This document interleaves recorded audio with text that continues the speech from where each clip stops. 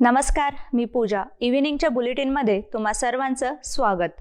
जाणून घेऊया गोव्यात घडलेल्या काही ठळक घडामोडी.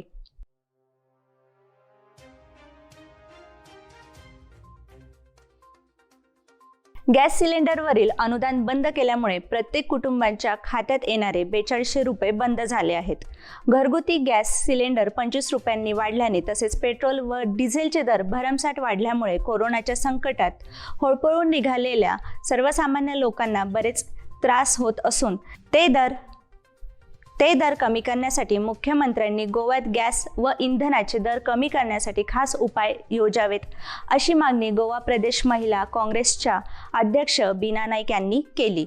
हळदोनातील तरुणींचे मृत्यू प्रकरण अजून ताजे असतानाच ओशेलमध्ये 2 रशियन महिलांच्या अनैसर्गिक मृत्यूचे प्रकरण उघडकीस आल्यामुळे बार्देश तालुका हादरला आहे. रशियन मॉडेल अलेक्झांड्रा रिडिझावी आणि एकातिरोनो टिटोवा या दोघींच्या अनैसर्गिक मृत्यूंची नोंद हंजून पोलीस ठाण्यात झाली आहे. एकाच दिवशी आणि तासभराच्या अंतराने ओशेलात हे प्रकरण उघडकीस आल्याने स्थानिकांमध्ये भीतीचे वातावरण पसरले आहे. हंजून पोलिसांनी या प्रकरणात ओशेल पंचायत क्षेत्रातील वेगवेगळ्या वाड्यांवर मृत झालेल्या या महिलांचे मृतदेह उत्तरणीय तपासणीसाठी गोमॅकत पाठवले होते. त्यांचा शवविच्छेदन अहवाल प्राप्त झाला आहे. मात्र त्यांचे कुटुंबीय सदस्य आल्याशिवाय या संदर्भातील कोणतीही माहिती उघड करता येणार नाही असे पोलिसांनी सांगितले. या महिलांच्या मृत्यूबद्दल रशियन दूतावासाला कळविल्याचे पोलीस निरीक्षक सूरज गावस यांनी माहिती दिली आहे.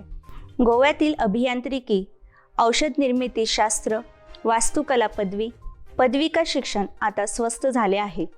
राज्य सरकारच्या तांत्रिक शिक्षण संचालनालयाखाली येणाऱ्या अभियांत्रिकी, फार्मसी, आर्किटेक्चर, तंत्रनिकेतन महाविद्यालयातील विद्यार्थ्यांचे बहुतांश शुल्क सरकारकडून भरले जाणारी हीरक महोत्सवी वर्षाचे बक्षीस देणारी योजना घोषित करण्यात आली आहे.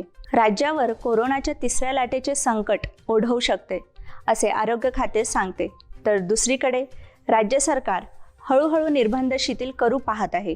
सध्या राजकीय वातावरण तापत असल्याने बैठक सभांमध्ये कोविड नियमांचे सर्रास उल्लंघन होताना दिसत आहे.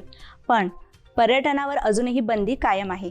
काही महिन्यांपूर्वी चित्रपटांच्या शूटिंगवरही बंदी होती, परंतु ती उठवण्यात आली असून दक्षिण गोव्यातील वारका बीचवर सरकारू वारी पाटा या तेलुगू चित्रपटाचे शूटिंग जोमात सुरू आहे. त्यानिमित्ताने टॉलिवूडमधील स्टार कलाकार महेश बाबू यांच्यासह टीम गोव्यात आहे. अधिक बातम्यांसाठी आमच्या वेबसाईटला नक्की भेट द्या आणि आमच्या यूट्यूब चॅनलला सबस्क्राईब करायला विसरू नका. धन्यवाद.